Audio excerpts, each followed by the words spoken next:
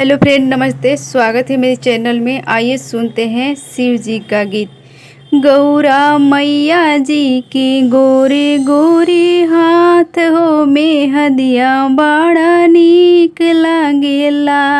गौरा मैया जी के गोरे गोरे हाथ हो में हदिया बड़ा नीक लागेला।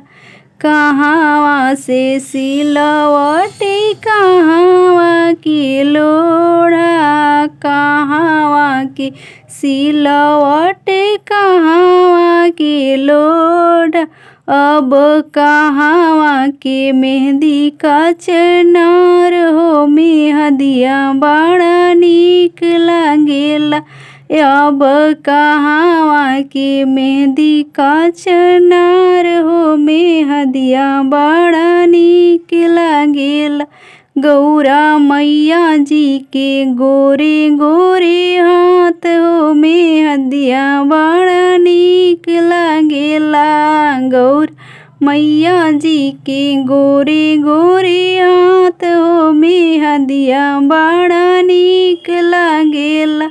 अब मैना मैया पीसे मेहंदी रगरी रगर, मैना मैया पीसेली मेहंदी रगरी र। अब गौरा के रची गइले हाथ हो मेहदिया बड़ा नीक लागेला। अब गौरा जी के रची गइले हाथ हो मेहदिया बड़ा नीक लागेला।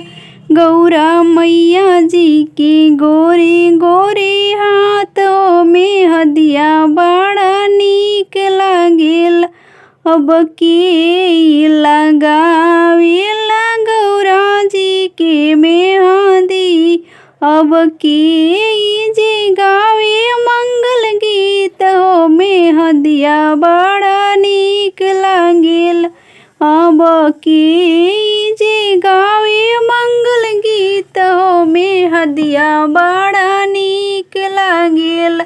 गौरा मैया जी के गोरे गोरे हाथ हो मेहदिया बड़ा नीक लागेला। लक्ष्मी जी रचिले गौरा मैया के मेहंदी, लक्ष्मी जी रचिले गौरा मैया के मेहंदी। सरस्वती जी गावे मंगल गीत हो मेहदिया बड़ा नीक लागेला। अब सरस्वती माता गावे मंगल गीत हो मेहदिया बड़ा नीक लागेला। गौरा मैया जी के गोरे गोरे हाथ हो मेहदिया बड़ा नीक लागेला। गौरा मैया जी के गोरे गोरे हाथ हो मेहदिया बड़ा नीक लागेला। अंगूरी पे रचिली भंगिया धतुरवा, अंगूरी पे रचिली भंगिया धतुरवा। हथेलिया पे लिखे बोल के नाम हो मेहदिया बड़ा नीक लागेला। अब हथेलिया पे लिखे बोल के नाम हो मेहदिया बड़ा नीक लागेला। गौरा मैया जी के गोरे